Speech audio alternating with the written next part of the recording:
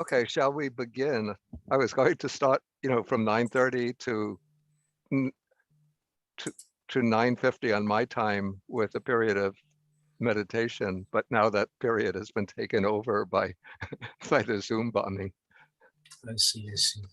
Банта говорит, что мы должны были начать с периода ведомой медитации сначала, но поскольку такое произошло, мы его пропустим. Okay, so I'm very happy to have this opportunity to present some talks on Dharma to Russian-speaking people, whether in Russia, Belarus, Ukraine, Kazakhstan, or any other countries. Банта говорит, что он чрезвычайно рад вот этой возможности говорить с аудиторией из России, из Беларуси, из Украины, из Казахстана, отовсюду, кто здесь присутствует. And in the talks that I'll be giving, I intend to cover some of the basic Buddhist teachings as found in the Pali tradition, the Pali Nikayas. И в этой серии лекций Банте собирается дать как бы основу учения, как она дается в палийской традиции. So these talks will be intended for people who want to get a basic understanding of the fundamentals of the Buddha's teaching. И эта серия лекций будет предназначена для людей, которые бы хотели получить базовое представление об учении Будды, то есть это, можно сказать, для начинающих. Okay, so the talk today is devoted to the topic of the Four Noble Truths. И сегодня мы поговорим о 4 благородных истинах. Yeah, often in many sort of basic textbooks on Buddhism, the Four Noble Truths is presented as sort of the basic Buddhist teaching. But actually, when the Buddha gave a teaching on the Dhamma, he didn't begin with the Four Noble Truths. И в многих буддийских книгах, так сказать, указано, что 4 благородные истины – это то, с чего начинается учение. Но фактически Будда, когда преподавал свое учение, он начинал не с 4 благородных истин. Usually he would begin with more elementary teachings, like teaching on generosity, ethical conduct, the teachings on karma and the fruits of karma, in order to prepare his audience for the teaching on the Four Noble Truths. Обычно он начинал с таких тем, как щедрость, нравственность, поведение и кармические механизмы, так сказать, последствия наших действий для того, чтобы подготовить аудиторию к уже вот более базовым вещам, таким как 4 благородные истины. And then he would teach the Four Noble Truths only when he was confident that the people that he was speaking to would be able to understand them. И 4 благородные истины он объяснял всегда только тогда, когда он был уверен в том, что аудитория уже подготовлена в достаточной степени, чтобы понять, о чем идет речь. Yeah, but it's become sort of the common practice, especially on writers on Buddhism in the West, to begin explaining the Buddha's teachings by explaining the Four Noble Truths. And I'm following in that kind of model. Но когда буддизм пришел на Запад, к западным людям, сложилось так, что вот обычно это учение преподносится, начинается с 4 благородных истин, и я последую вот этой уже сложившейся традиции. Okay, so the first question that I raised then is to deal with what is the role of the Four Noble Truths in the Buddha's teaching. И первое, о чем хотелось бы сказать, это о том, какова роль четырех благородных истин в буддийском учении. Yes. So first, we find the Four Noble Truths mentioned as the content or the content of the Buddha's enlightenment. That the Buddha says that what he realized on the night of his enlightenment were the Four Noble Truths.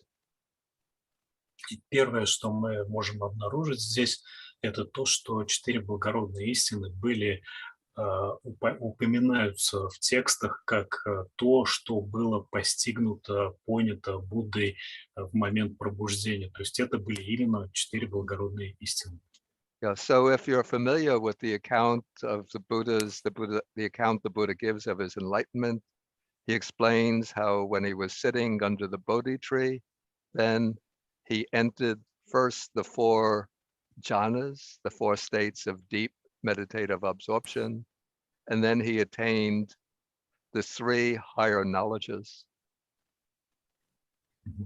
И если мы почитаем отчеты или, как сказать, описание того, как происходило пробуждение Будды, то там будет описано, что он сидел под деревом Бодхи, что он достиг четырех джан, четырех состояний поглощения, да, медитативного, и после этого достиг трех знаний, так называемых. Yeah, so the first knowledge that he attained was the recollection of his past lives, his past existences over many, many cosmic aeons.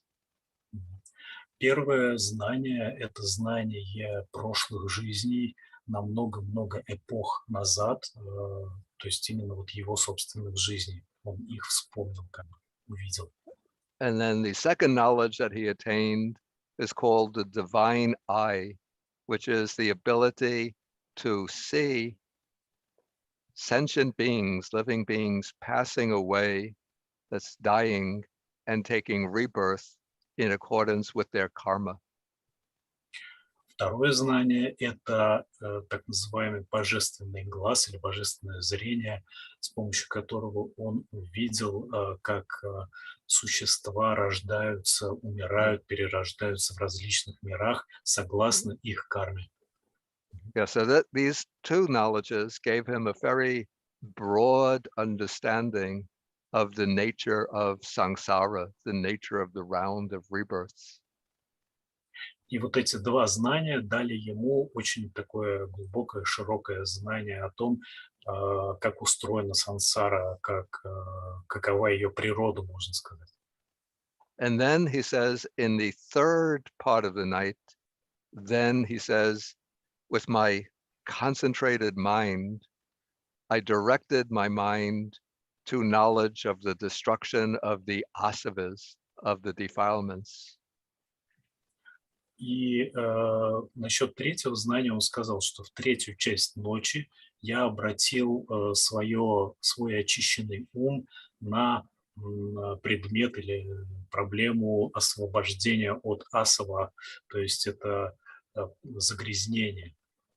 So he said that with my concentrated mind, I understood the nature of suffering, or in Pali, dukkha, the origin or cause of suffering, the cessation of suffering, and the path or the way leading to the cessation of suffering.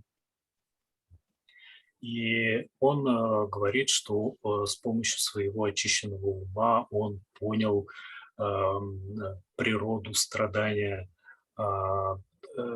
какова причина страдания, как оно прекращается и каков путь, ведущий к прекращению страдания. And then he said that when he knew and directly saw these Four Noble Truths, then his mind was liberated from the defilements of sensual craving, the craving for existence, and from ignorance. И когда он говорит, когда эти четыре пункта, эти четыре истины были полностью им поняты, то именно тогда произошло освобождение от чувственных желаний, от стремления к существованию и от загрязнений ума, And so you и could see, от неведения, пардон. okay, from this you could see that the knowledge of the Four Noble Truths was the content of the Buddha's enlightenment, and that is what led to the Buddha's own liberation from all the defilements.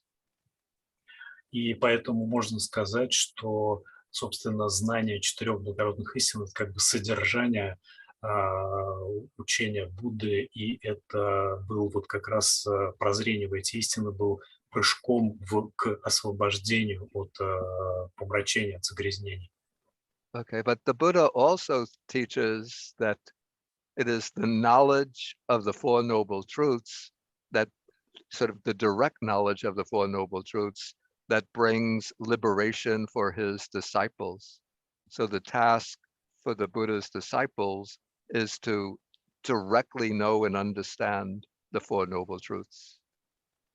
И Будда также говорит, что именно знание четырех благородных истин является тем, что достигали его ученики, когда достигали полного освобождения.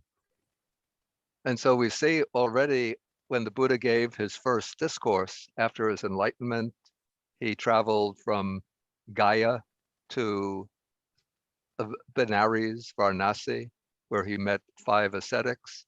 And then he gave the first discourse, the Dhammacakkappavattana Sutta. And in that first discourse, he explained the Four Noble Truths. И мы видим, что когда Будда давал свое первое объяснение Даммы, когда он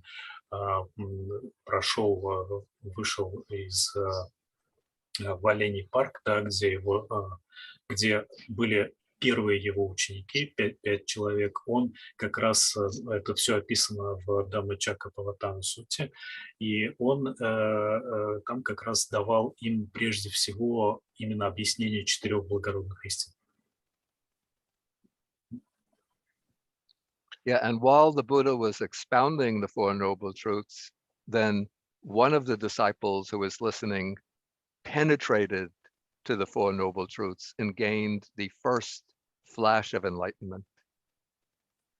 И когда он это объяснял, один из его учеников, слушая уже эту лекцию, да, о 4 благородных истинах, проник вот в суть учения и получил как бы первую вспышку просветления.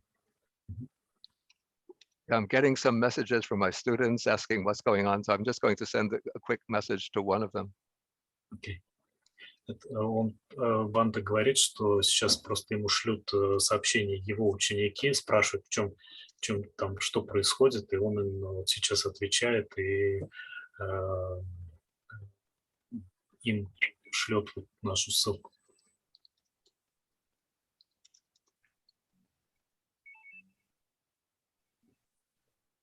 Let me just take this call. Okay. Sorry. Hello. Oh, you're wrong. Yeah. The group, the Russian-speaking group. Yeah.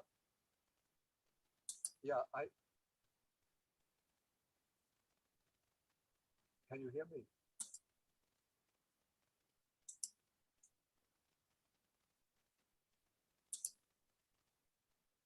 Yeah. I'm on.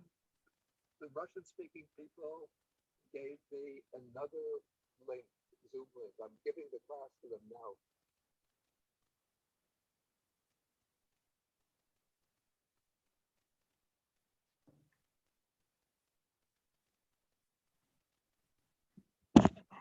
Okay, sorry for that interruption. It's concerned No problem. The cancellation of the previous class. Okay, so I was saying that, well, the Buddha gave that discourse on the Four Noble Truths, and one of the disciples named Kandanyo. Okay.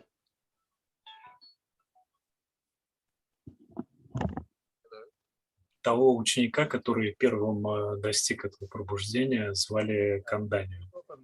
Его потом звали Ани Кандани, то есть как-то там, по-моему, означало быстрый, что ли, Кандани, или тот, который первый был, что-то такое в этом роде. It just has to be that we missed it this time. But next, yeah, we'll work it out next time. Okay, okay, sorry about that. Олег, а это ваш Zoom, да? Да. Okay, we can speak later about that because I'm giving the class now. Okay.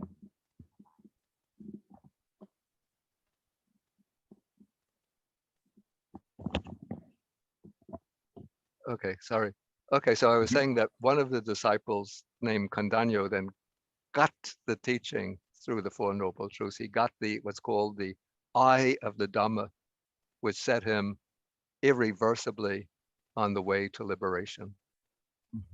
И вот первый ученик Кандани, когда слушал, когда все 5 первых учеников слушали, вот Кандани постиг учения и достиг первой стадии пробуждения. Это называется глаз Даммы. И когда он этого достиг, это уже означало, что он неизбежно достигнет и окончательного пробуждения тоже.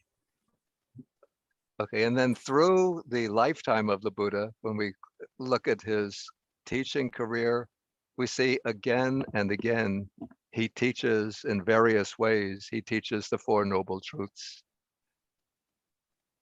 И вот когда мы дальше посмотрим на протяжении всего периода, когда Будда преподавал свое учение, мы будем видеть, что он постоянно снова и снова преподает именно 4 благородных истины различными способами.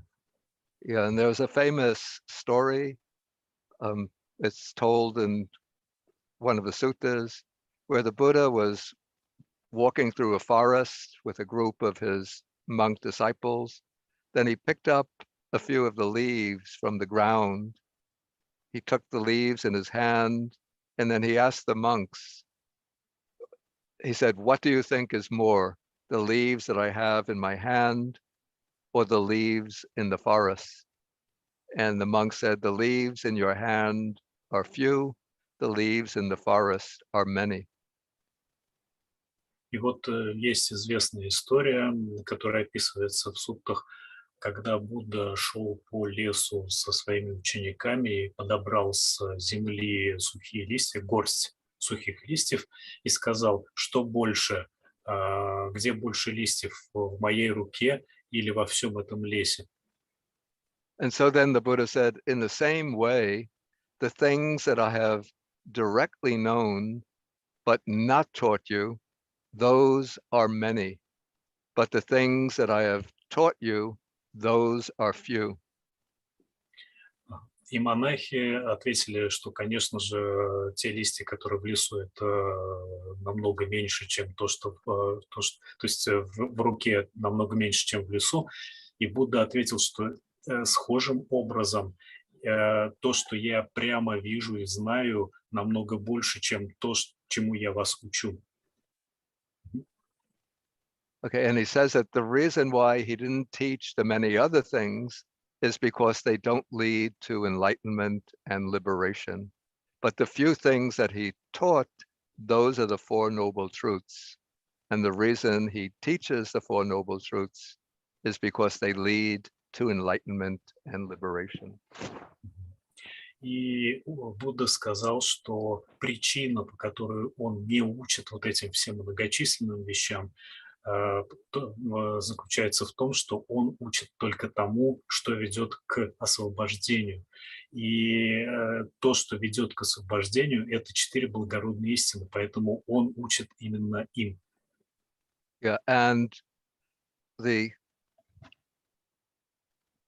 way the Four Noble Truths lead to liberation is that they are the key to stopping or ending our wandering in samsara. So the Buddha says that the reason we have wandered from life to life in samsara is because we have not understood the Four Noble Truths. И 4 благородные истины работают таким образом, что они предотвращают наше блуждание в сансаре. И причина того, что мы вообще блуждаем в сансаре, заключается в том, что мы не понимаем 4 благородные истины. But when we have that deep, personal, penetrating knowledge of the Four Noble Truths, that puts an end to ignorance. И когда мы достигаем глубокого видения 4 благородных истин, когда мы их понимаем по-настоящему, это кладет конец неведению. And when ignorance is ended, then craving is ended. And when craving is cut off, then comes liberation from the cycle of repeated birth and death, from samsara. И когда исчезает неведение, исчезает страстное желание. А когда исчезает страстное желание, соответственно, кончается та движущая сила, которая нас удерживает в сансаре. Okay, so now I want to come next to the next topic, and that is to bring up the question why these four truths are called noble truths. In Pali, we use the term Arya Satya. So these are noble truths. И следующая тема, к которой я бы хотел перейти, это вопрос, почему, собственно, эти истины, 4 благородные истины называются благородными. Да? На палийском языке это звучит как ария сатча, благородная истина. Почему? Yeah. One reason found in the suttas is because these four truths are real. That is, the sutta says these four noble truths are real, they're free of error, and they're the ultimate truth, the absolute truth. So therefore they are called noble truths. Первая причина, которую можно найти в суттах, заключается в том, что данные 4 благородные истины реальны, то есть они описывают реальность, как она есть, они безошибочны, то есть в них нет ошибки, именно поэтому они называются благородными. And so to look at these four noble truths, to really make an effort to understand them, requires a certain nobility of character. It's not just for ordinary people who are pursuing worldly pleasures, but to look at these truths, one needs strength of character and clear understanding. И вторая причина заключается в том, что для того, чтобы понять эти истины, необходимо определенные качества характера, которые можно назвать благородством. То есть обычные люди, которые снедаемые чувственными удовольствиями, они это не смогут сделать, они просто не будут это делать. Поэтому человек обладает благородными качествами. And then another reason they're called the Four Noble Truths is because it is the knowledge or realization of these Four Noble Truths that transforms one into a noble person, that is, into an Arya Pugala. И еще одна причина, по которой эти истины называются благородными, заключается в том, что знание этих истин человека переводит как бы в статус ария пугала, то есть благородной личности. So in early Buddhism, a distinction is made between the great masses of people who are called in Pali Putujana, ordinary people, and then those who truly and deeply understand the Four Noble Truths are called noble persons, Aryas. И в древних текстах есть такое разделение между основной массой людей, которые называются путуджана. Это люди, которые живут обычной жизнью, как бы и не понимают этих истин. И, с другой стороны, те, кто, наоборот, имеет глубокое понимание этих истин, и они называются ария. То есть это уже благородные личности. And so as one goes on practicing the Dharma, especially developing insight and panya or wisdom, when the wisdom reaches a certain degree of maturity, then one directly realizes the Four Noble Truths and becomes a noble person. И когда человек в ходе практики значит, достигает или, можно сказать, практикует мудрость, паня, знания, то он как раз и проникает вот внутренним взором в 4 благородные истины. Okay, then the next question that I bring up is the question why there are 4 noble truths. И следующий пункт, который хотелось бы рассмотреть, заключается в том, почему их 4, почему этих истин 4.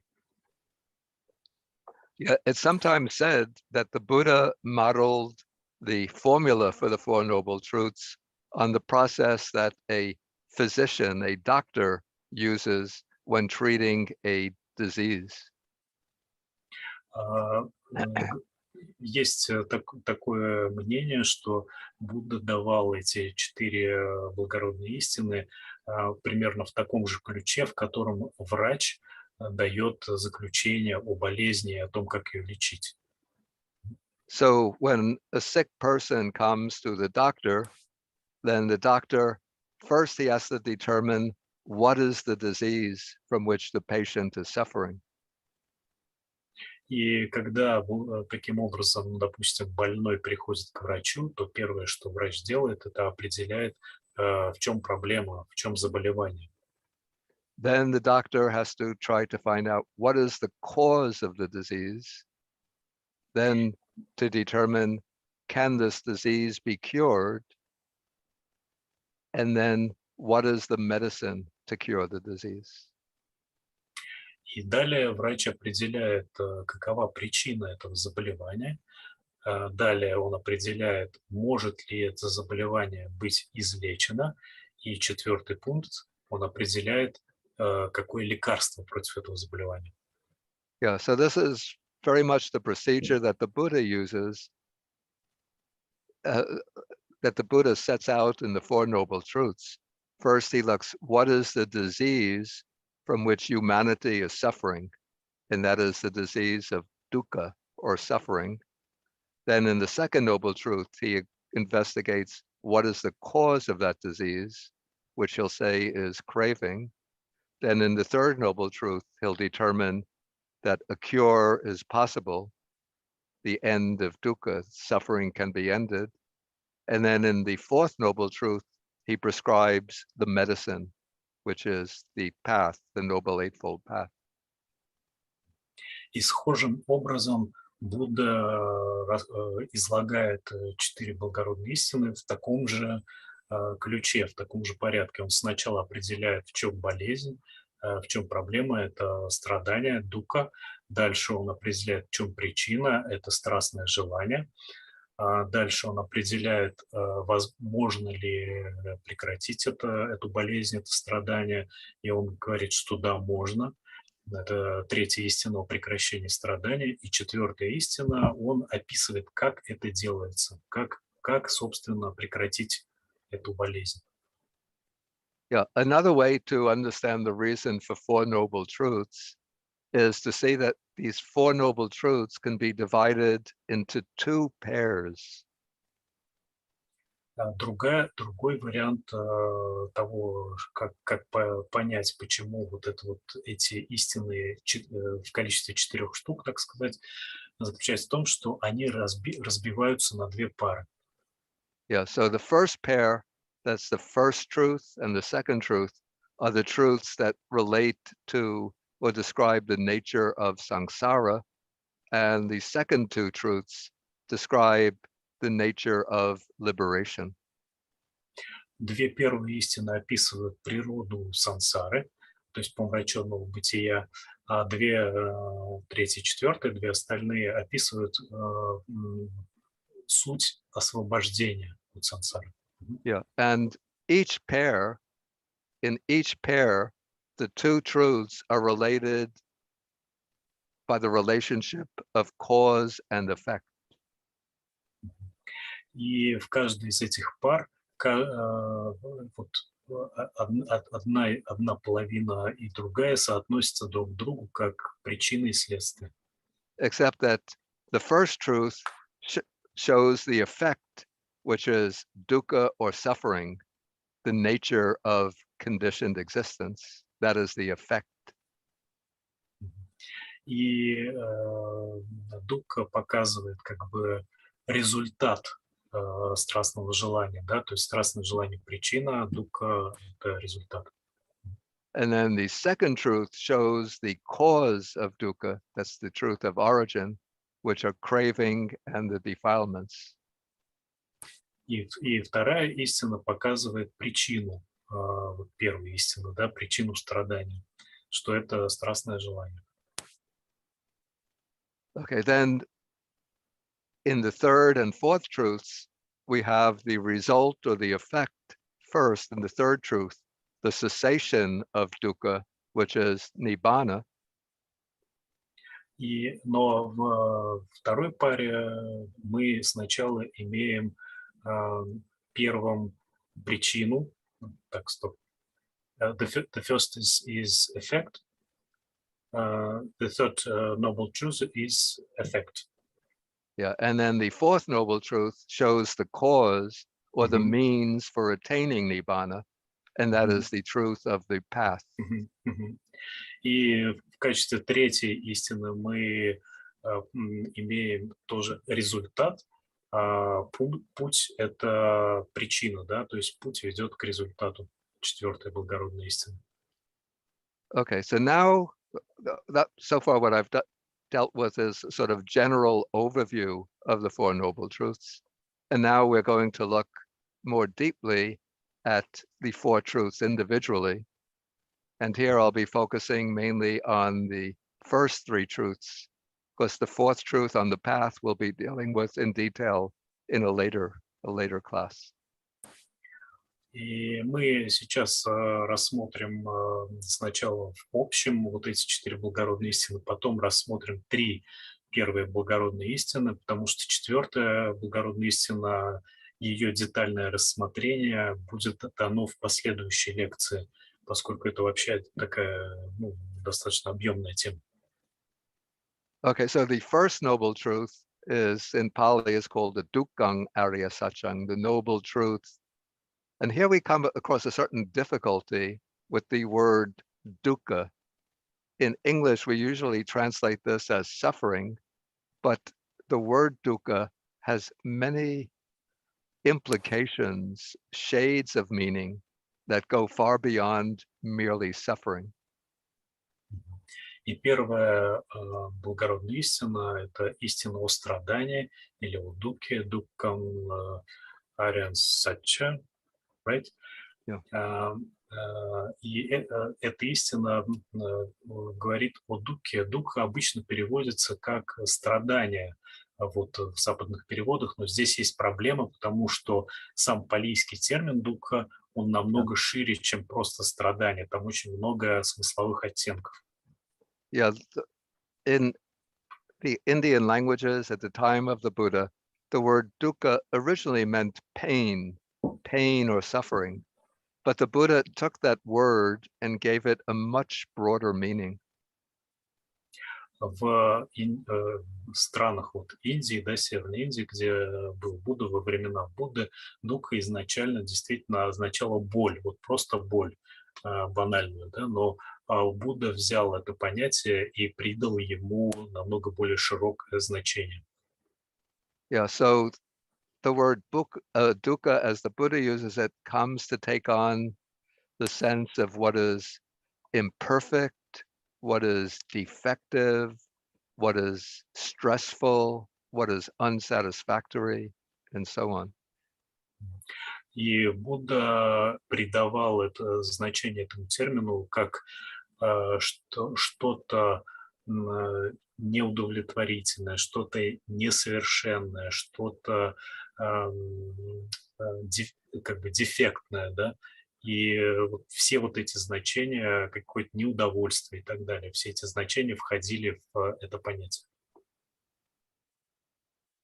Okay, so now I will read the actual text of the First Noble Truth, and then we will explore it in more detail. Мгм. И сейчас я прочитаю, собственно, вот текст данного как бы отрывка из сутты вот про первую благородную истину, и мы его рассмотрим. Мгм. Okay, so the text goes, the Buddha, and this is from the first sermon of the Buddha. He says, this is the noble truth of dukkha or suffering. Birth is suffering, old age is suffering, illness is suffering, death is suffering. Вот благородная истина о страдании. Рождение страдания, старение страдания, смерть страдания. Так, и, по-моему, дальше мы не идем. Мгм. Okay, and we could see that these types of experiences pertain to what we could call bodily suffering, that is birth, old age, illness, and death. Those are sufferings that arise from the body. Да, и болезнь тут еще была, и мы можем сказать, что вот эти вот 4 пункта, значит, рождение, старение, смерть и болезнь, это все как бы телесные страдания. Okay, then the Buddha goes on and he says, union with what is displeasing is suffering, and separation from what is pleasing is suffering, and not to get what one wants is suffering. И далее Будда говорит, соединение с тем, что неприятно, это страдание, разъединение с тем, что приятно, это страдание, и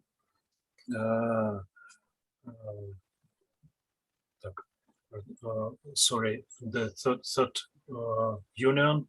The third one is not to get what one wants. Yeah, right. И получение того, что человек не хочет, это тоже страдание. Okay, so here we have like union with what is displeasing. So there are people that I don't like, but maybe I have to work together with them, live together with them. I have to meet with them if they're disagreeable relatives, but disagreeable uncle and cousins, but I have to meet with them. So that is a kind of dukkha, unpleasant, disagreeable.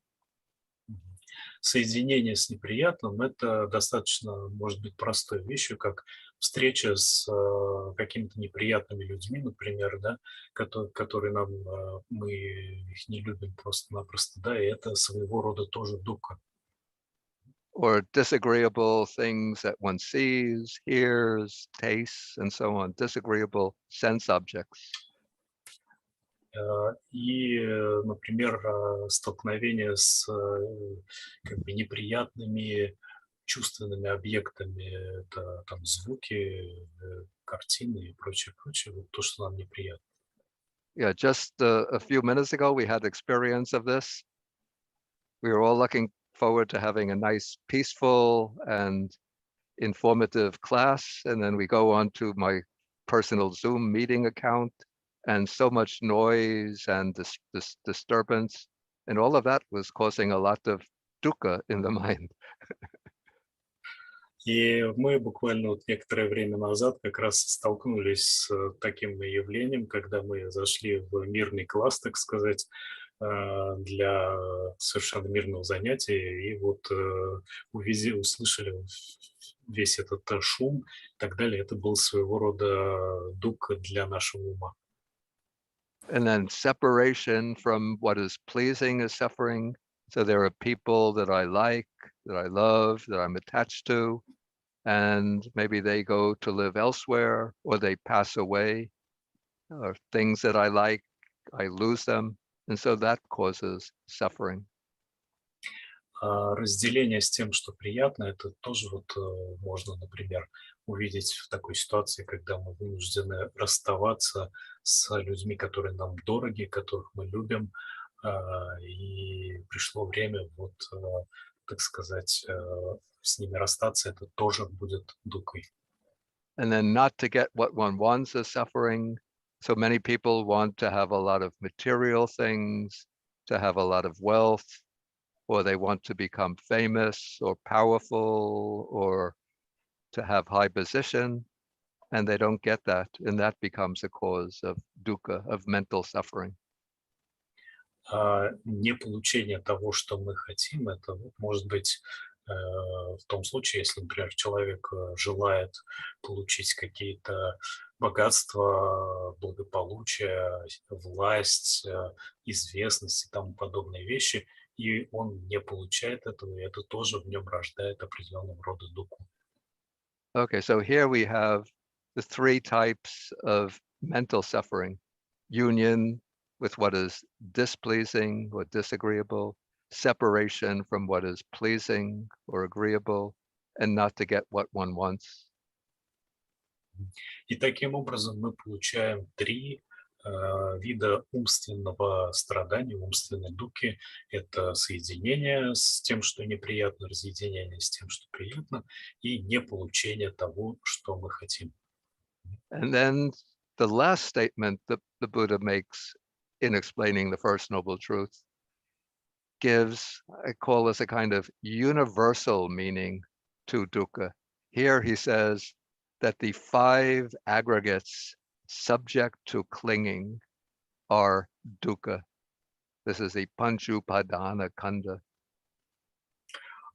И последнее утверждение, которое он Будда в связи с этим делает, оно носит такой универсальный характер, и оно формулируется таким образом.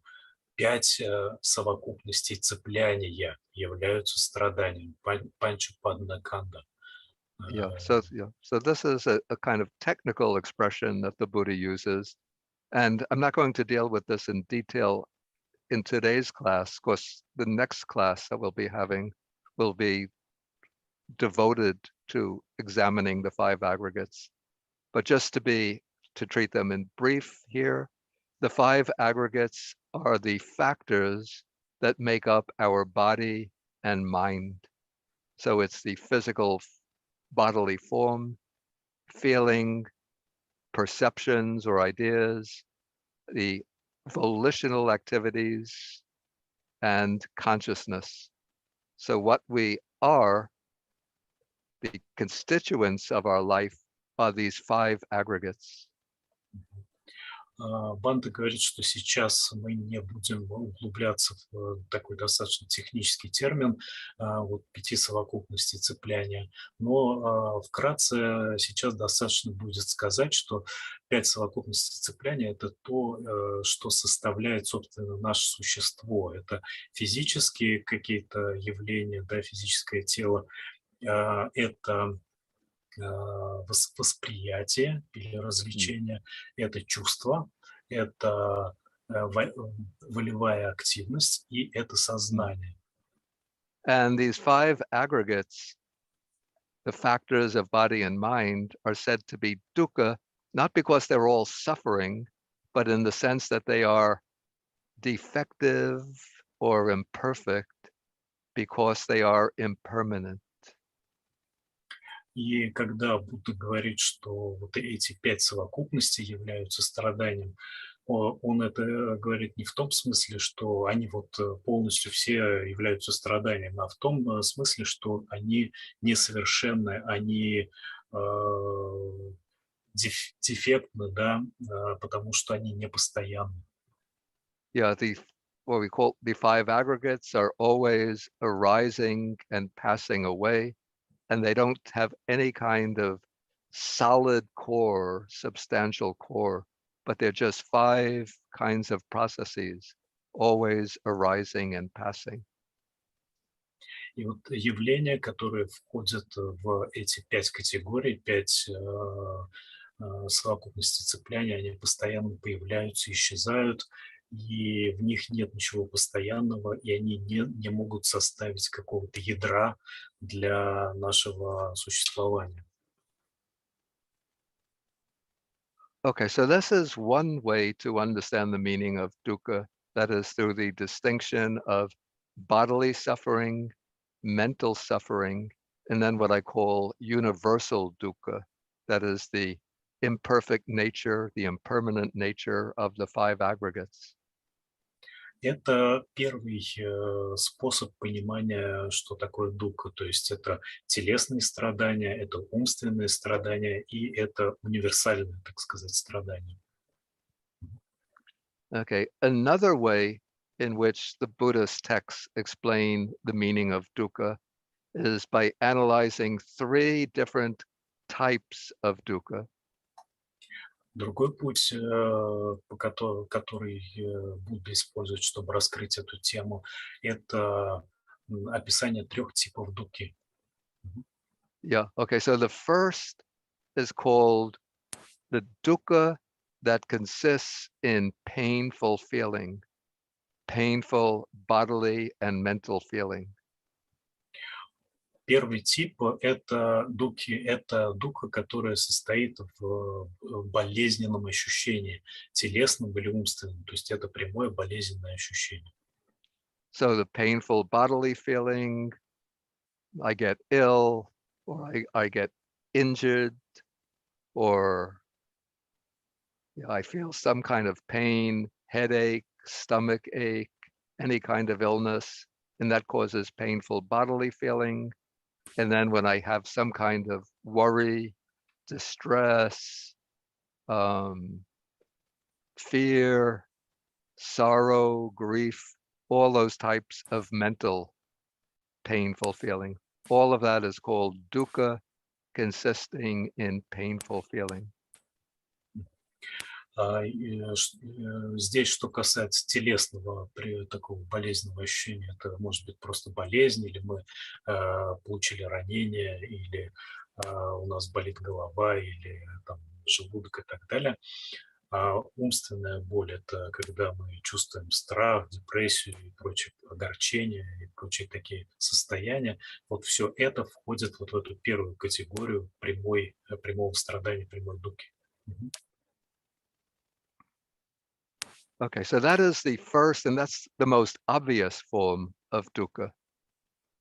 Это наиболее такая очевидная форма дукхи. Okay, but the second kind of dukkha is called dukkha due to change. And this means that every pleasant feeling and every cause of pleasure is bound to change. Второй тип дукхи называется дукха, обусловленная изменениями. И она возникает из-за того, что все, что приятно в нашем существовании, оно исчезает рано или поздно.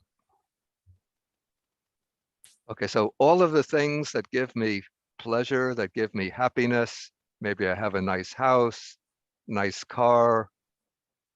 If I'm a married man, I have a nice wife, nice children, a good job. I feel very comfortable, very happy.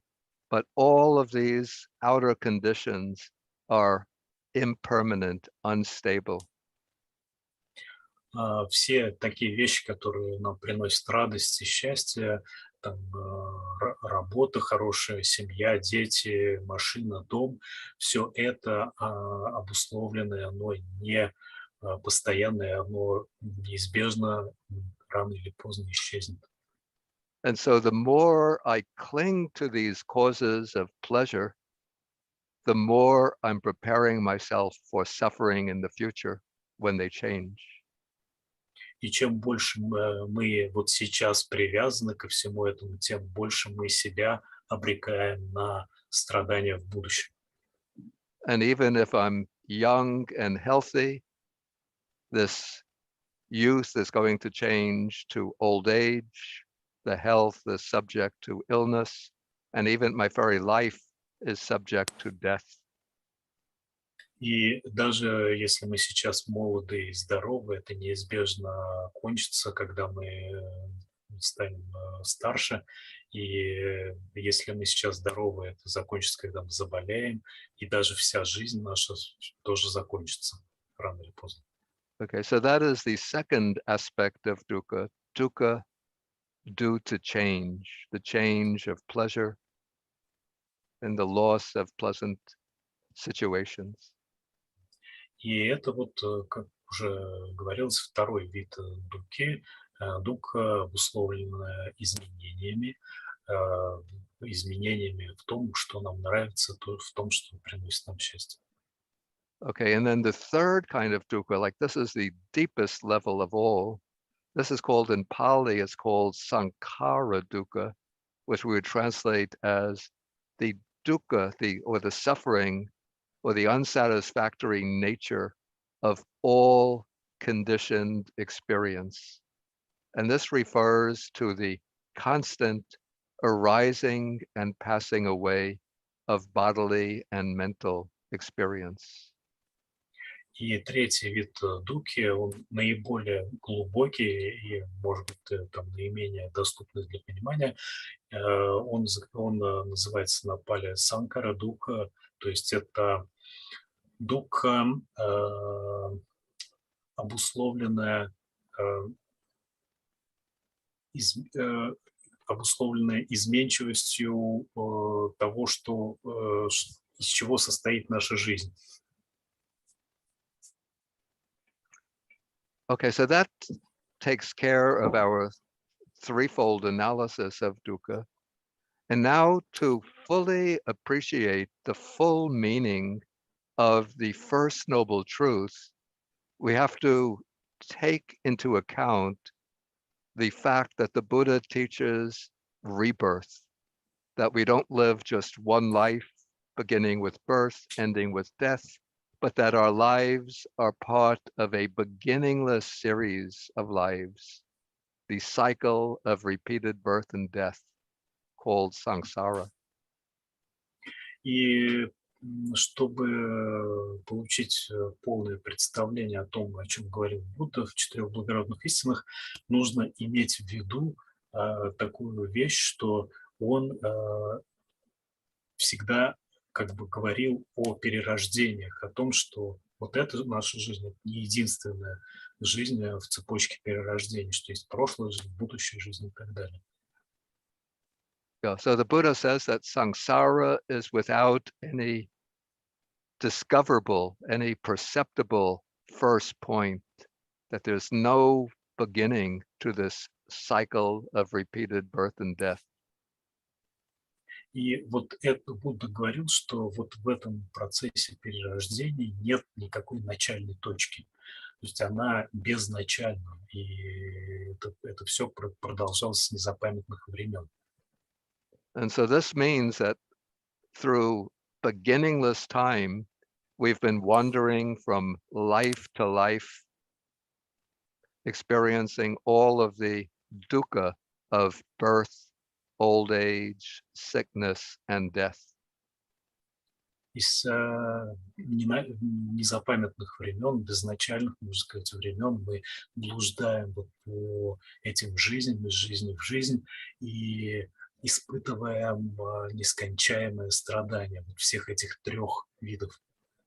So it's not the case that we go through the experience of dukkha just with one life, but it's life after life after life, again, encountering all the different forms of dukkha. То есть это не какое-то страдание вот только в этой жизни, это жизнь за жизнью происходит умножение вот этого страдания, мы постоянно пребываем в этом, это и есть сансара. Okay, then so that will suffice for our explanation of the first noble truth. And now we'll come to the second noble truth, which is called the truth of the origin or cause of dukkha. И сейчас я оставлю первую благородную истину и перейду ко второй, которая называется истиной происхождения страдания или истинное происхождение страданий. Okay, so first then I will read the actual text of the sutta and then give some explanation. Сначала я прочитаю опять текст сутты и дам некоторые объяснения. Okay, so the text says, now this is the noble truth of the origin of suffering. It is craving which leads to renewed existence. И вот истина о происхождении страдания. И причина страдания – это страстное желание, которое ведет к возобновляемому существованию. Accompanied by delight and lust, seeking delight here and there. Сопровождающееся наслаждением и влечением, ищущее наслаждение там и сям. Then craving for sensual pleasures, craving for existence, and craving for non-existence. Это страстное желание к чувственным удовольствиям, страстное желание к существованию и страстное желание к несуществованию. Okay, so that is the actual wording of the text in the Buddha's first discourse. And now we'll look at some of these terms more in greater depth. И теперь мы вот эти слова, которые были приведены в сутте, рассмотрим более детально. Okay, so first, the word that the Buddha designates as the cause or origin of dukkha, the Pali word is tanha.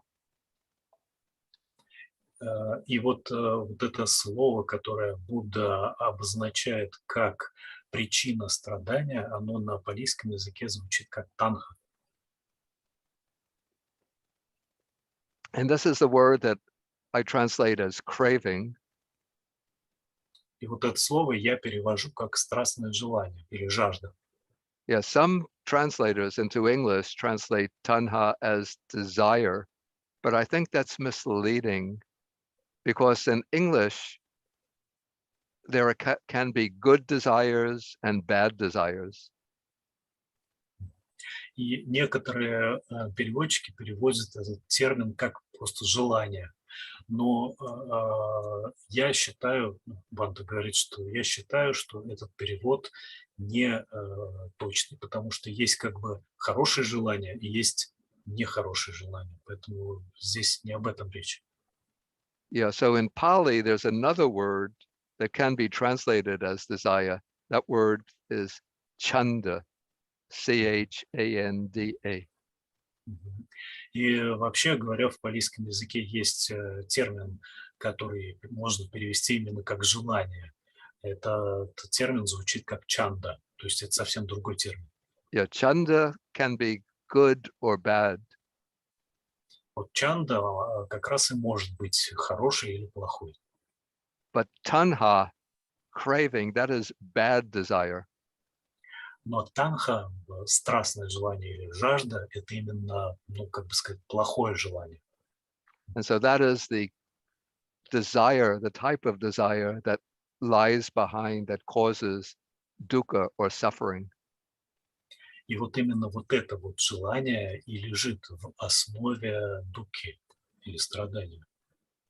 Okay, and then the text of the sutta says that craving, it uses the Pali word pono bhavika, which is what I translate as leading to renewed existence. В оригинале говорится, что как раз страстное желание – это причина, которая ведет к возобновляемым рождениям, да, то есть к новым и новым рождениям. Вот Бханта так перевел эти слова. Yes. So this expression indicates that it is craving that causes rebirth. It's craving that causes us to move from life to life within samsara. То есть это значит, что именно вот жажда нас толкает к тому, чтобы рождаться снова и снова, и, по сути, оставаться в сансаре. Вот это и есть причина того, что мы в сансаре. And then this craving is said to be accompanied by delight and lust, or delight and attachment, maybe, or delight and lust. И также говорится, что страстное желание или жажда сопровождается наслаждением и влечением или там, привязанностью, цеплянием, как-то так можно перевести. And so the word here, raga, translated as lust, indicates the desire for things that we don't have. And then the word nandi, translated delight, is enjoying the things that we acquire, enjoying them with this craving. Здесь слово влечение, рага, означает как бы желание получить то, что мы еще не имеем, а наслаждение, нанди, означает уже наслаждение уже тем, что мы имеем, приятное, да? Okay, then the third expression used here, seeking delight here and there. This shows that when one has craving, when craving is sort of governing, dominating the mind, one is never satisfied, but one is always looking for new sources of pleasure in one thing or another thing. И третья часть вот, описания этой истины, когда Будда говорит, что из-за страстного желания существо постоянно ищет наслаждение тут и там, означает, что когда страстное желание руководит существом, то ему неведом покой, он постоянно ищет новых и новых приятных, так сказать, явлений. Like to give an example of this, when I was living in Sri Lanka as a monk for many years, every day we would get Sri Lankan food for our meal. Как пример, в качестве примера здесь можно, например, сказать, что когда я жил в Шри-Ланке в качестве монаха, то мы каждый день, соответственно, получали пищу, да, в качестве подаяния. And then I used to remember the days when I was living in New York City, and we used to, with my friends, we would go from time to Chinatown to enjoy the Chinese food. И когда я до этого жил в Нью-Йорке, мы с моим другом периодически ходили в Чайнатаун, чтобы поесть китайской еды. And I would think, oh, it's so boring to have to eat Sri Lankan food every day. If only there were some Chinese restaurants around where I could go to get some Chinese food.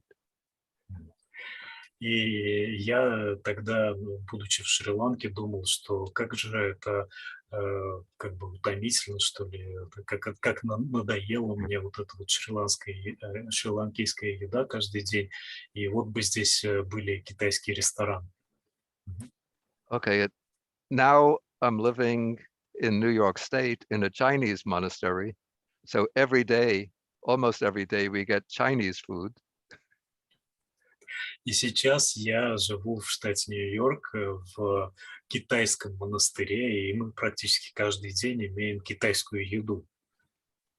And so I think, oh, having Chinese food every day is boring. If only we can get some Sri Lankan food.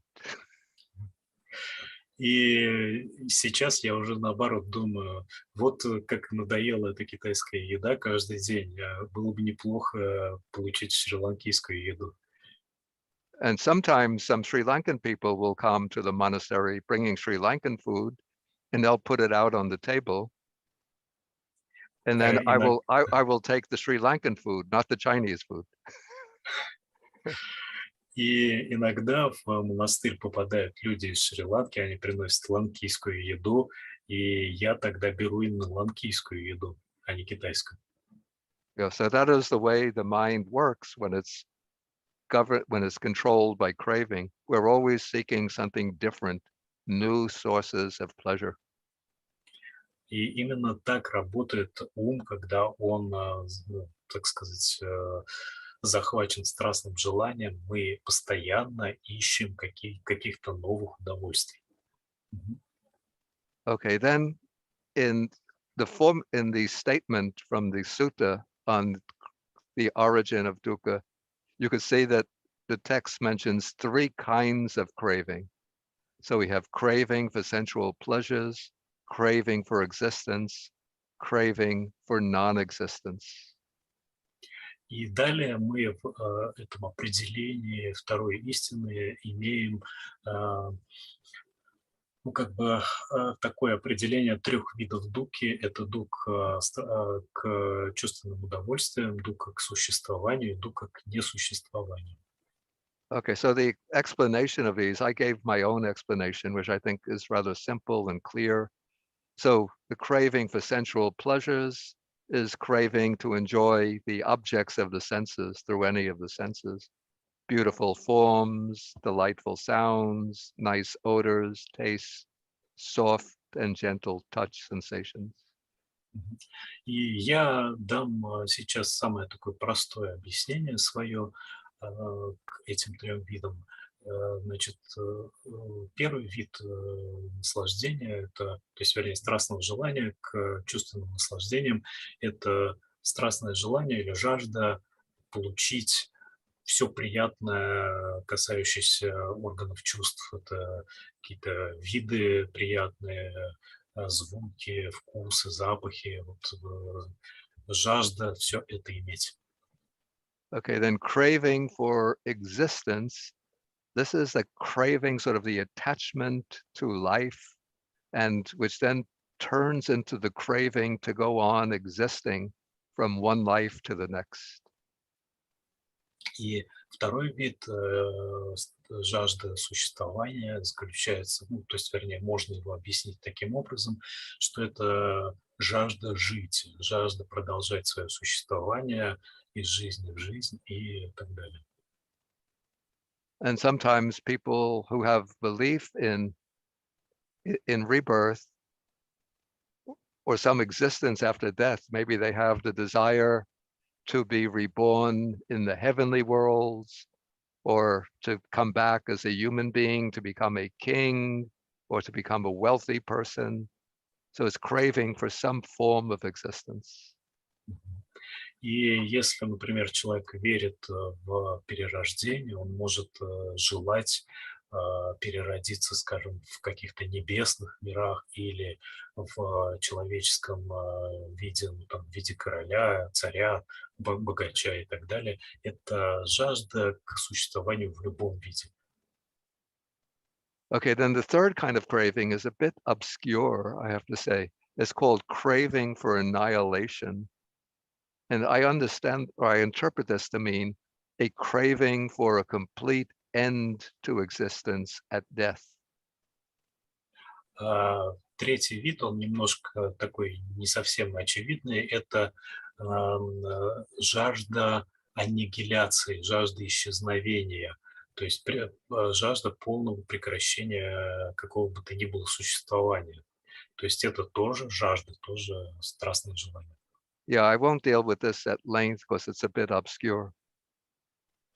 Я бы хотел описание вот этого вида жажды на этом закончить, потому что это немножко такой более смутная тема, то есть она не так очевидна для начинающих.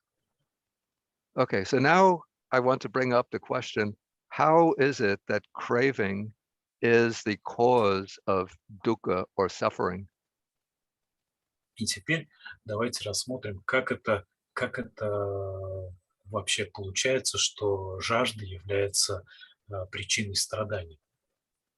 Yeah, so the way I look at it, I could see that craving can cause suffering at two levels. I call one the psychological level, and the other is the level beyond the psychological level. И я бы сказал, что здесь можно рассмотреть два уровня. Почему жажда или каким образом жажда причиняет, то есть ведет к появлению страданий. Это психологический уровень и, как бы, можно сказать, за психологический, то есть за пределами психологии. Yeah, so how craving causes suffering at the psychological level, this is something that we could see pretty clearly and directly simply if we reflect and examine our own experience. Вот на психологическом уровне это вполне видно, да, для нас на нашем повседневном опыте, как жажда порождает страстное, как жажда порождает страдания. Okay, so suppose that, say, craving arises, some desire arises in the mind. Например, возникает какое-то желание, да, или там жажда. Okay, let's say I'm fond of dark chocolate myself. Okay, so say I'm sitting at my desk reading or studying something, then the thought comes into my mind, dark chocolate. Например, я обожаю шоколад, ну, допустим, да, там, человек обожает шоколад, и вот, значит, он сидит за столом, что-то делает, и And ему на ум приходит мысль о темном шоколаде. but I'm interested in the book that I'm reading, so I try to dismiss the thought, push away the thought, dark chocolate. Но я отгоняю эту мысль о темном шоколаде. But the thought doesn't give up and go away. Но эта мысль не сдается, и она не уходит. But it keeps on pushing against the mind. And so then I feel some kind of displeasure. И она продолжает стучаться в ум, так сказать, и толкать меня, и я начинаю чувствовать определенное неудовольствие. Okay, so that desire creates some kind of displeasure, discontent. So I'm sitting here trying to read, but the voice is saying, get dark chocolate, get some chocolate, get some chocolate. И я вот сижу, значит, что-то изучаю, пытаюсь, значит, читать текст, а ко мне в голову стучится мысль, голос: возьми шоколад, возьми шоколад, возьми шоколад. Okay, but so then I give up and I yield to the thought, and then I get up and I go and I look in the cabinet trying to find some chocolate. И тогда я сдаюсь, значит, давлению, поддаюсь давлению этой мысли и иду искать шоколад.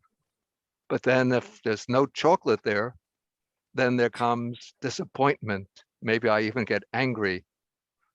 Maybe I think the other monk ate the chocolate. He didn't leave any for me. Но получается так, что я не нахожу этот шоколад, и я чувствую разочарование, даже гнев, и, может быть, думаю, вот другие монахи не оставили мне шоколада, все съели. Okay, so if you fail to get the object that you want, then there comes disappointment, sorrow, maybe anger. И что приходит в результате? Это приходит разочарование, грусть, тоска, гнев, все такое прочее. So that's a kind of suffering due to craving. И это, в общем-то, страдание, да, это разновидность страдания именно благодаря жажде. Okay, but suppose now I open the cabinet and I find some chocolate, then I feel happy. Но теперь давайте предположим, что я открыл этот шкафчик и нашел там шоколад. И я чувствую счастье. And so I take some chocolate and I enjoy the chocolate. И вот я, значит, ем шоколад и наслаждаюсь этим вкусом. But then after some time, then the feeling of dissatisfaction will set in. но через некоторое время все равно возникает ощущение неудовлетворенности. And then the desire will arise again, and we go through the same cycle.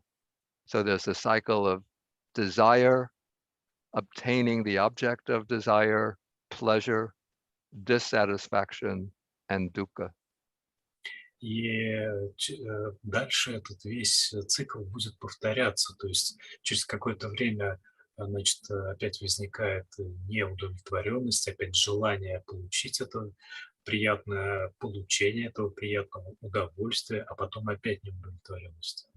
And so the mind, as long as it's governed by craving, it can never really find complete peace and satisfaction. И таким образом ум, который охвачен страстным желанием, он никогда не может найти окончательного удовлетворения, окончательного внутреннего покоя. And often when we are driven by craving, then we will do things that could be harmful to ourselves or harmful to others, and that will bring a lot of suffering for other people. И иногда под действием жажды мы даже можем причинять какие-то действия, то есть, вернее, совершать какие-то действия, которые причиняют вред и страдания другим людям и боль. So it's because of craving for wealth, for example, people become aggressive business people, trying to drive their competitors out of business. They'll cheat, do things dishonestly. And in this, they're creating a lot of suffering for a lot of people. For example, прошу прощения. Например, некоторые люди, которые занимаются бизнесом и стремятся к богатству, они могут прибегать к таким нехорошим приемам, да, обманывать людей и прочее, прочее, и они становятся агрессивными, испытывают гнев и так далее, и все это умножает страдания. Okay, so this is sort of just a brief treatment of how craving becomes the cause of dukkha or suffering at the psychological level. И вот это, так сказать, описание того, как жажда становится страданием, приводит к страданию на психологическом уровне. Okay, then the second way in which craving is the cause of dukkha, this is beyond the psychological level. And here we have craving as the root cause for the cycle of rebirths in samsara. И тот уровень, который за пределами психологии, уровень, ну, как бы объяснения, как жажда приводит к страданию, он касается того, что почему происходит перерождение. Оказывается, что жажда – это как бы коренная причина того, почему мы перерождаемся. Yeah, so this becomes clear through the formula or the teaching of dependent origination, which we'll be dealing with in the third program or third session in this program. So I'm not going to go into this in detail here.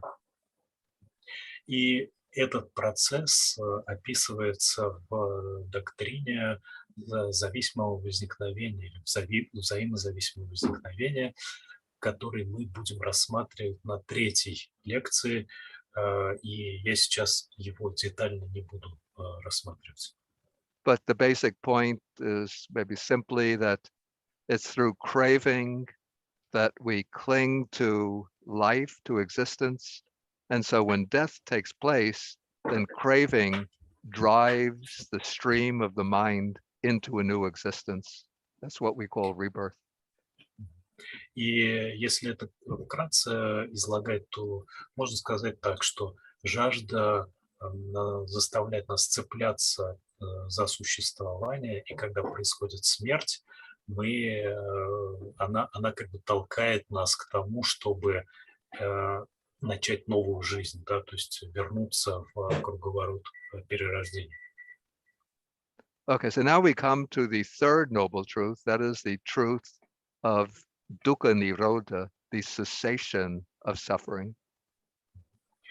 И теперь мы переходим к третьей благородной истине, которая на палийском языке называется дука ниродха.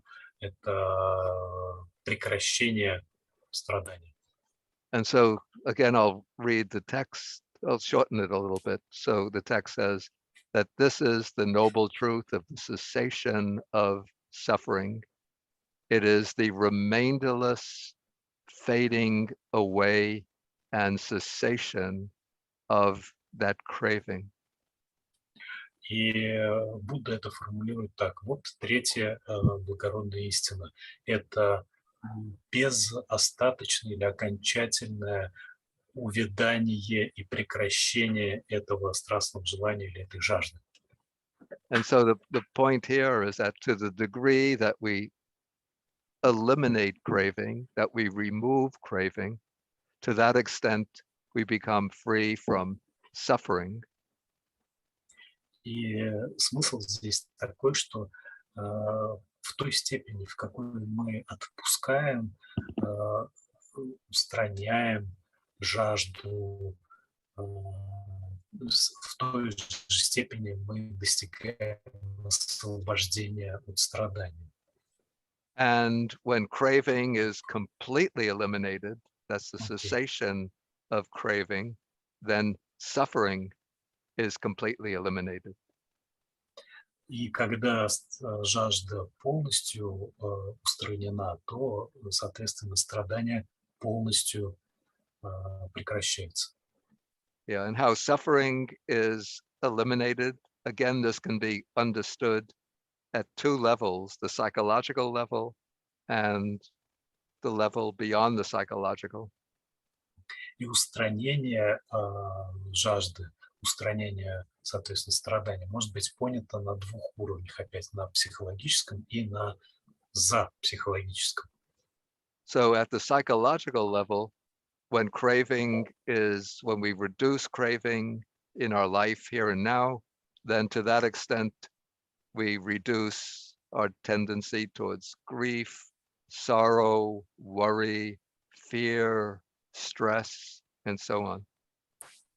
И на психологическом уровне это можно описать так, когда в той степени, в какой мы в своей жизни снижаем уровень жажды, да, страстных желаний, вот этих вот как бы нехороших желаний, в той же степени у нас пропорционально снижается количество страданий и напряжения в жизни.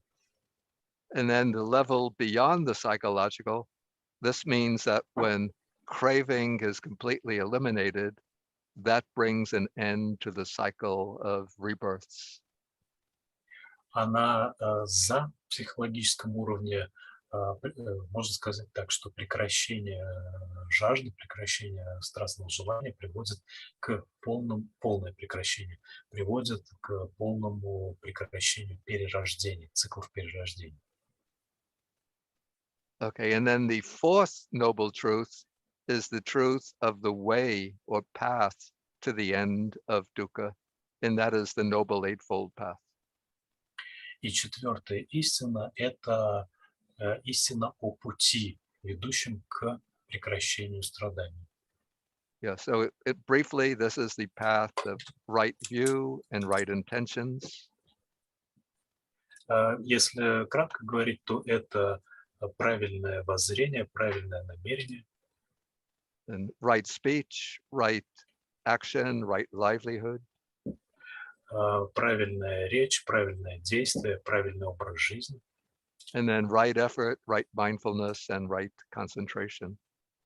И правильное усилие, правильная осознанность и правильное сосредоточение. Yeah, so I'll be dealing with the path in the later class, so I'm not going to go into it in detail here. И я буду рассматривать этот восьмеричный путь, этот путь к освобождению, четвертую благородную истину в последующей лекции, и сейчас не буду подробно это описывать. Okay, so this will be my overview of the Four Noble Truths. And I think we have some time. We could maybe for 15 minutes for questions, if you would like. И вот это был обзор, значит, 4 благородных истин, темы. А сейчас у нас есть где-то, может быть, 15 минут для того, чтобы ответить на вопросы. Yeah, but just let me take a break for 3 minutes. Но, пожалуйста, дайте мне перерыв на 3 минуты. Okay, so I'll be back in 3 minutes. Окей. Так, я сейчас пока посмотрю, какие у нас тут вопросы появились. Очень много всего.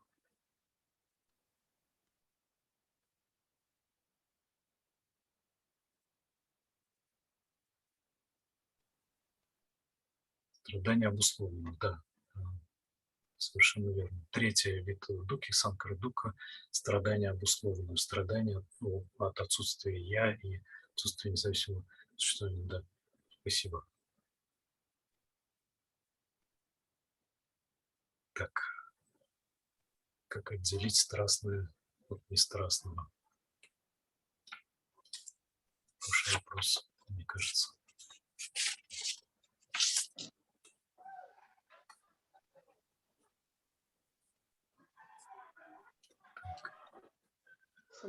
Можно вопрос? Да, да, пожалуйста.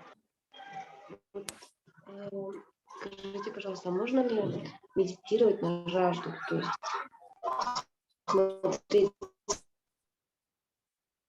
Я как-то жажду не слышу, прерывается звук. путем, чтобы представлять эту жажду, или это неправильная медитация? Это вот только вам вопрос. Но это тогда мы потом говорим об этом.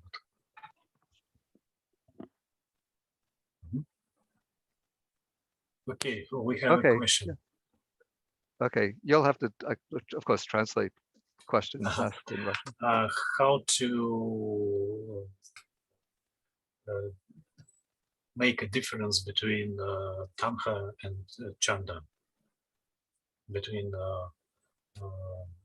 the craving and just desire. Okay, yeah, the word Chanda, as I said, it's used in a broad way. So sometimes it could be the wholesome desire.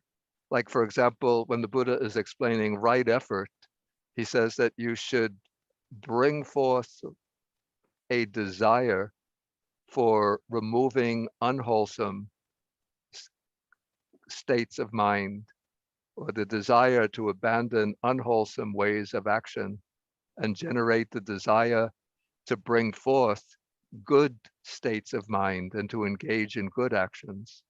So chanda, desire, can be good, but also sometimes chanda as desire can be bad. But craving, the word tanha, is always used in the negative sense as something to be sort of, it's tanha is always sort of a self-centered or a selfish desire. It's always in some way based on the idea of getting something for oneself in a rather narrow way, whereas desire can be the desire to do good, desire to help other people, desire to practice meditation, and so on. So those are wholesome or good desires. То есть это вопрос был о том, как отделить страстное от нестрастного, страстное желание от нестрастного. И Банда говорит, что, да, здесь тоже уже отвечали в чате, что чанда – это более широкое понятие желания, и в том числе, например, правильное намерение – это желание именно вот в виде чанда того, чтобы предотвратить нездоровые состояния, взрастить здоровые и так далее. А танха – это всегда в негативном смысле, это всегда такое я-центрированное желание, которое имеет в виду что-то получить для себя. Да? Так, какие еще? А может расцениваться наполнение жизни смыслом деятельностью с недуховно-материальное решение задач, как танха и рага? Okay. And when we deal with such a desire as, to fill my life with sense with activity for the good of people and so on, but not spiritual sphere. Is this chanda or tanga? Oh. When I want to do some good for people, but not about spiritual. No, that's still a good kind of desire. Say if people are in poverty and one wants to help them come out from poverty, people are hungry, one wants to ensure that they get sufficient food, people are sick, say a doctor has the desire to help to cure people who are sick, that is certainly a good desire. So if the desire leads to actions that promote, even in the worldly way, the well-being and happiness of others, then it can be considered a good desire, a wholesome desire. То есть, если мы желаем чего-то на благо других, даже если это не духовное, а просто мирское что-то, помочь бедным, больным, голодающим и так далее, это все равно хорошее желание, все равно здоровое желание. То есть это не относится к тангу.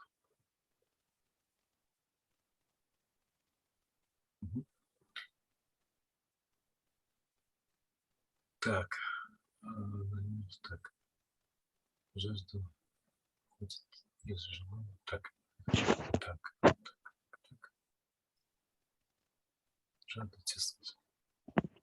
Так, жажда тесно связана с чувством времени. И ведь если бы жизнь была неограниченного времени, люди бы не торопились. Okay. Is craving is connected to the feeling that we have time. We have time of life. Because if we would know that we have no time, we would not crave for anything. This person asks. Yes. I'm not quite sure that I understand the question. I'm not sure as well. Yeah, is craving connected to the time of life? I don't quite. Feeling of time, knowing that we have time to life, days and years and. I see. Yeah, if I understand correctly, I'd say, yeah, in a sense, craving maybe is connected with the idea that we'll go on sort of living for years and years and years, and so we don't recognize that, that death is inevitable and that death can occur at any time. So sort of one of the reflections that the Buddha teaches with themes of meditation is to remind ourselves that we are bound to die and that death can come at any time. And so when we reflect in that way, then it inspires stronger effort to practice the Dhamma to overcome craving. Ну, в каком-то смысле жажда действительно связана с тем, что мы не осознаем, что смерть может в любой момент наступить, и это приводит как раз к такой беспечности. И одна из практик в учении Будды, которую Будда давал, это памятование о смерти, о том, что мы смертны можем в любой момент приставиться. Так. Тут много всего написано. Так, что происходит с существованием, которые испытывают жажду? Что происходит когда? Где? The question is, what happens with a person who feel the craving to non-existence? What's trouble with this desire? What's wrong with it? Yeah, the way I understand this, it's a little bit problematic, but I think that this was the belief among some of the ascetics in the Buddha's time, that they had the belief in samsara, that life goes on from life to life, and but they had the idea that there was a self, and so they wanted to end the existence of the self. And they usually would do this through the extreme types of ascetic practices, like self-mortification. Вот как Банта говорит, что, скорее всего, вот этот пункт появился из-за того, что в те времена существовали аскеты, которые верили в существование «я», непрерывного «я», или, можно сказать, души, но они стремились это «я» разрушить и прекратить его существование, и из-за этого они пускались в очень такие суровые аскетические упражнения, самоумерщвления, можно сказать. Так, желание помогать другим разве? But it is about the desire to help others. Can this desire to help other people be a craving? Can it be connected with Tanha? I say that it can be, but it's not necessarily the case. It depends on the extent to which, let's say, one becomes self-identified with the activity of helping others. So somebody, you could translate that, then I'll continue. Банта говорит, что он бы сказал, что такое желание помогать другим может быть связано с страстным желанием, но не обязательно. И оно связано с страстным желанием в той степени, в какой оно как бы эгоистично, да, то есть в какой оно связано вот с «я», с яшностью. Okay, so if a person sort of has true empathy and compassion for the people they're helping and wants to truly fulfill their essential needs with compassion, then I say that that's a wholesome kind of desire. Если человек стремится помочь людям с таким милосердием, состраданием, то Банта говорит, что он бы это назвал здоровым желанием. But if somebody is claiming to be helping others, but they want to make the other people dependent on themselves or to impose their own ideas on the others, then I'd say that the desire becomes an unwholesome desire. Но если человек стремится помогать другим, чтобы они, скажем, начали его ценить, этого человека помогающего, или чтобы они приняли какие-то его идеи, то это уже будет нездоровое желание. Так, далее. Так. Является ли желание жить в более благоприятных условиях, где соблюдаются права человека, вредным страстным желанием, или надо принимать и мириться с теми условиями, где выпало родиться? Is the desire to live in more appropriate conditions, like more a free country with where state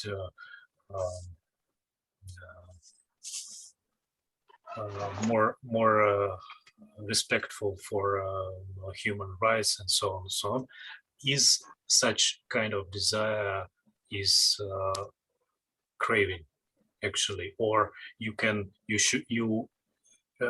must accept and give up with conditions where you are born and where you are living. Yeah, I wouldn't call it that's necessarily certainly not a harmful craving. I'd say probably one could think that in order to really flourish both materially and spiritually, one needs a good supporting conditions. And so in that case, certain kinds of social conditions where human rights are respected, where there's more social, economic justice and so on, those would provide more suitable conditions for a person to flourish in all aspects of their life, whether it be family life, social life, or spiritual life. And so, of course, if you don't have the okay, you can translate. Okay. То есть это такое желание, оно не обязательно прямо-таки страстное. То есть, в принципе, условия, благоприятные условия могут вам дать возможность процветать во всех смыслах, и в смысле там, семейного благополучия, и в том числе и в смысле духовной практики. То есть это, в принципе, может быть просто вот именно желанием, стремлением получить более подходящие условия. Yeah, there's a well-known little sutta called the Mangala Sutta, which speaks about 38 kinds of blessings. And one of the blessings is Pati Rupa Desa Vasocha, which means living in a suitable environment, living in a suitable place. So the ideal, one of the ideals is to live in a place which is conducive to wholesome activities and to practice of the Dharma. Yeah, I see. Okay, please. Есть такая маленькая сутта, Мангала сутта, счастье. В ней как раз перечисляются 38 условий счастья. И одним из условий является как раз проживание в благоприятных условиях, вот в том числе для того, чтобы процветать в духовном смысле. Okay, I say I'm going to have to go soon, but I see a question in English in the chat box, so maybe I could take that question and answer it. Okay, so the question is, if a person is developed emotionally, does this contribute to the path to enlightenment? Is it important to observe one's emotions in order to achieve deep results in meditation practice? Банте, пожалуйста, выключите микрофон, вот у кого он включен. Банте зачитывает еще один вопрос, который ему прислали. Он заключается в том, что если человек достигает так сказать, стремится, что ли, к эмоциональному развитию, способствует ли это освобождению? Yeah, I say definitely the development of wholesome emotions is very important in following the path to enlightenment. Банте говорит, что развитие здоровых эмоций, оно, безусловно, благоприятствует продвижению, да, к освобождению. Yeah, so we have to, in following the path to enlightenment, we have to overcome what are called the destructive emotions like greed, anger, hatred, arrogance, and so on, and then develop the beautiful emotions, like we usually have 4 of them: loving kindness, compassion, joy with others, and equanimity. Мы, когда продвигаемся по пути, мы должны преодолевать нездоровые эмоции, такие как гнев, жадность и прочее в этом роде, и, наоборот, взращивать благотворные эмоции, это дружественность к другому человеку, сострадание, сорадование, равностность и так далее. Okay, we'll have to go up now for the meal. So we'll have to end the program here. Okay. Сейчас у Банте время еды, и поэтому мы сейчас должны уже прервать нашу встречу. I think for the future classes, it's probably better to use this Zoom link than the one that I gave you. Yeah. And then I will share this Zoom link. Maybe you send it to me, then I could share it with my students as well. Because I think the people who were invading were all coming, they were all speaking in not English, it sounded like Russian. So they must have picked it up from Russia or some other country. Okay. То есть в будущем мы, наверное, будем встречаться все-таки вот по этой ссылке, таким вот более или менее узким кругом, без посторонних. Okay, so we do like end the program with the sharing of the merit. So I'll recite some verses in Pali. So we share the merit with beings in other realms of existence. И мы сейчас будем делать разделение заслуг. Мы будем делиться заслугами с другими существами. На палийском языке это будет происходить. Okay. Akasa ta chabumata deva naga mahidika punyantang anumoditva chirangra kantu sasanam. Akasa ta chabumata deva naga mahidika punyantang anumoditva chirangra kantu desanam. Akasa ta chabumata deva naga mahidika punyantang anumoditva chirang rakantu mangkarang. Thank you so much, Bhante. Okay, so Thank the you so next much. session it will be, I think it's June 11th. Yeah. Okay, Right. so then I'll see you then. Yeah. See you then. Yeah. Okay. Right. Thank you very much. That was a Okay. pleasure. Okay, thank you. Okay.